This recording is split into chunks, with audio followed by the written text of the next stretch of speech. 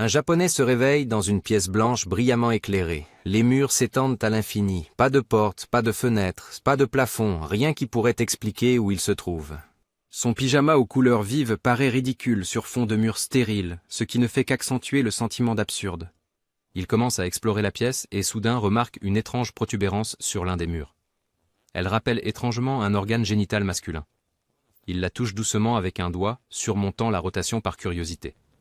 Dès qu'il appuie sur le bout, la pièce semble se réveiller. Des centaines de bébés angelots rient en sortant des murs et du sol. Leurs rires résonnent en écho. Mais ils disparaissent aussitôt, laissant derrière eux les mêmes protubérances, désormais éparpillées dans toute la pièce.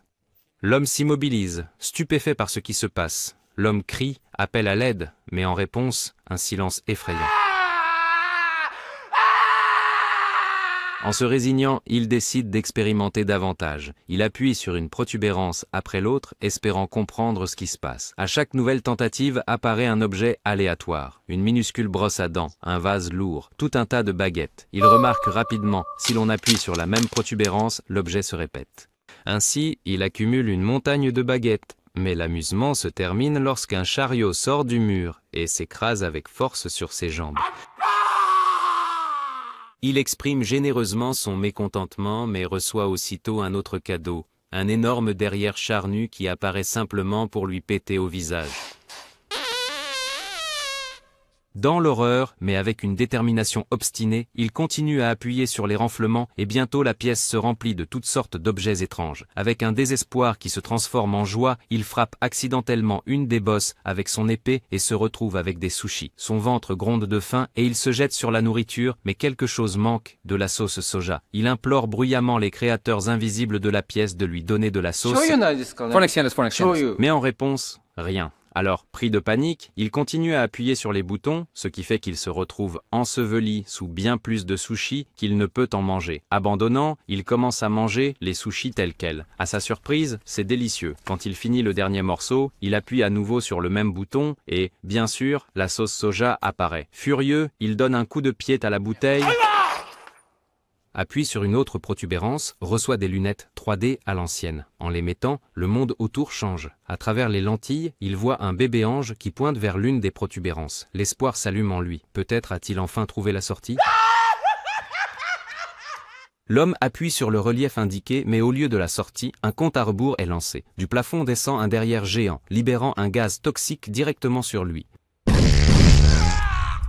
L'espoir s'effondre dans une quinte de toux et d'étouffement. Les heures passent. Il fait une nouvelle découverte, le manga. En appuyant sur une autre protubérance, les tomes 1 à 5 apparaissent. L'histoire est très captivante. Il veut connaître la suite. La pression du bouton lui présente le 7e tome. L'homme perplexe essaie d'autres boutons, trouvant le 8e et le 9e. Mais le tome 6 n'était toujours pas là. Enfin, sa persévérance porte ses fruits. L'une des protubérances aléatoires ouvre une partie cachée du mur et derrière elle, une porte. Un accent étranger. La joie le submerge. Il se précipite vers la sortie, mais dans son excitation, il oublie sur quel bouton il a appuyé. Une série de pressions paniquées commence, provoquant à nouveau le chaos. Un guerrier africain traverse la pièce, tandis qu'un flot d'eau déferle par-dessus. Après plusieurs échecs, il trouve le bon bouton et la porte réapparaît. Il se rue vers la sortie, mais la porte se referme juste sous son nez. Il réalise que la porte est ouverte seulement tant que le bouton est enfoncé. Il commence à chercher un moyen de le garder enfoncé. Tout d'abord, il essaie la position de coureur, appuyant sur le bouton avec son pied tout en essayant de se lancer vers la porte. Échec. Ensuite, il prend une tapette à mouche, espérant appuyer sur le bouton à distance et gagner des secondes. Nouvel échec. Désespérément, il expérimente avec une corde à sauter et essaie même de diriger un jet d'air du ventilateur. Mais rien ne fonctionne. Puis, il se rappelle du chariot et essaie de le pousser vers la porte après avoir appuyé sur le bouton, mais il est trop ingérable et va dans tous les sens, sauf le bon. Fatigué et à court d'idées, il s'effondre par terre. L'absurdité de la situation commence à le frapper. Il décide d'essayer de maintenir le bouton en place avec un poids, plaçant dessus un vase lourd, mais celui-ci est facilement repoussé par une saillie obstinée. Il décide d'alourdir le vase, le remplissant d'eau, mais le liquide continue de couler uniquement sur lui, tandis que le vase reste sec. Il reste à le remplir de riz. Cette idée semble fonctionner, mais bientôt le vase devient si lourd qu'il peut à peine le soulever. De plus, le goulot est trop étroit, la main ne peut pas atteindre. Il doit sortir les sushis un par un à l'aide de baguettes. Cette agitation le rend presque fou, mais finalement il allège le vase suffisamment pour qu'il puisse à peine le soulever. L'homme À peine debout, porte le vase vers le bouton. Mais un nouveau problème surgit. Il a encore oublié quel bouton ouvre la porte. Il pose le vase par terre et commence à appuyer de nouveau. Dès le premier choix, c'est la catastrophe. Le guerrier africain jaillit du mur et percute le vase qui se brise en 1000 morceaux. L'homme perd la tête, il crie au plafond, comme si ceux qui l'observaient pouvaient l'entendre. En colère, il couvre le bouton de sushi, espérant que le riz retienne le mécanisme, mais il perce obstinément à travers la nourriture. Il passe à l'artillerie lourde, il colle le bouton avec du scotch, le renforce avec une plaque d'acier, mais même cela ne fonctionne pas. Épuisé et tout couvert de bleu à cause de la porte qui s'est refermée, l'homme prend un antidouleur et s'endort pour se rétablir. En se réveillant, il décide d'appuyer sur le bouton d'eau pour se brosser les dents, mais se trompe à nouveau. Au lieu de l'eau, une corde descend du plafond. Cette corde lui redonne espoir. Inspiré, il élabore un plan. D'abord se balancer sur la corde, puis appuyer sur le bouton, ouvrir la porte et réussir à passer. Premier élan, comme au cinéma. Adrénaline, vol, espoir. Mais quand il parvient à la porte, elle est verrouillée. Il doit revenir en arrière et bien sûr, la porte ne reste pas en reste, heurtant son dos violemment. En colère, il donne un coup de pied au mur et appuie accidentellement sur un autre bouton. Cette fois, une clé apparaît au centre de la pièce, flottant dans les airs comme un appât. Mais dès que le bouton est relâché, la clé disparaît. Maintenant, la tâche est doublement plus difficile. Il faut maintenir le bouton enfoncé pour que la clé reste, tout en ouvrant la porte. Tout d'abord, il essaie de trouver le bon bouton, mais après un accès de colère, il ne se souvient plus où son pied a atterri. En appuyant prudemment sur le premier, un chien jaillit du mur en aboyant. L'homme irrité ne se laisse pas décourager et appuie sur le deuxième. Un autre apparaît. La troisième fois, il a plus de chance. Encore une clé. Prenant un morceau de sushi, il marque l'endroit, mais dès qu'il appuie à nouveau, tout se réinitialise, et le chien saute à nouveau comme s'il se moquait de lui. La frustration est à son comble, mais il se reprend, remarque la corde et la combine avec le déboucheur qu'il a pris précédemment. En se balançant, il utilise le déboucheur pour se repousser du mur et atteindre les boutons inaccessibles. Au début, les tentatives étaient infructueuses, mais avec le temps, la coordination s'améliore et le plan fonctionne en sa faveur. Il appuie sur le bouton, attrape la clé en plein vol et retourne à la porte, calculant tout à la seconde près. Insère délicatement la clé dans la serrure. Victoire? Pas du tout. En tournant la clé, il découvre avec étonnement une deuxième serrure. Et bien sûr, elle est en haut. Pour cette serrure, il a besoin d'un code de 3 chiffres. L'homme accablé recule et la porte répète avec plaisir ses adieux, lui claquant le dos comme au bon vieux temps. Dans sa rage, il jette le van contre le mur, déclenchant accidentellement un autre bouton. Le même guerrier africain familier sort du mur à nouveau, mais maintenant, il remarque un détail important. 3 chiffres sont dessinés sur le front. L'espoir revient, c'est le code. Il lance à nouveau sa tactique de corde, exécutant chaque mouvement avec difficulté, un chiffre à la fois.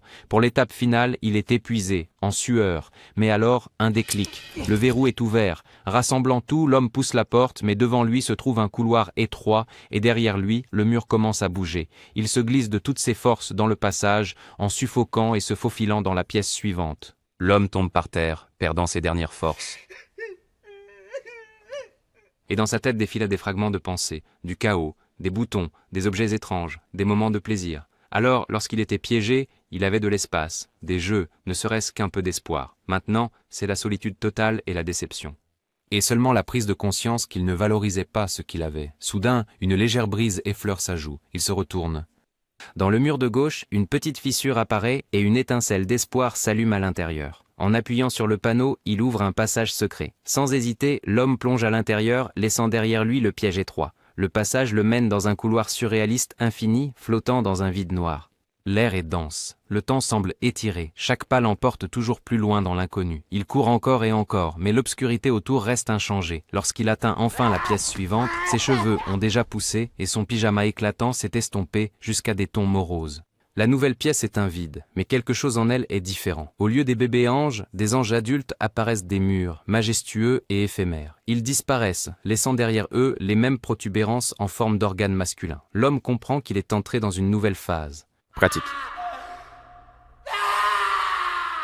Pendant ce temps, au Mexique, une tension se développe dans la famille d'Antonio. Son père, un lutteur surnommé Escargoman, est devenu distant et silencieux, très différent de l'ancien joyeux costaud. Sa mère pense que la raison est le combat à venir contre un jeune adversaire, tandis que le grand-père est convaincu que l'expérience sur le ring est plus importante que la jeunesse.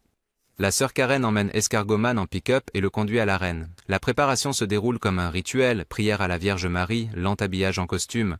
À l'école, Antonio est victime de moqueries, car ses camarades appellent à son père un vieux perdant. Mais Antonio reste fidèle à sa foi en lui. Le jour du match, Karen emmène Antonio et son grand-père, les conduit à l'arène. Ils prennent les dernières places libres. Les premiers à monter sur le ring sont Super Démon et Tequila Joe.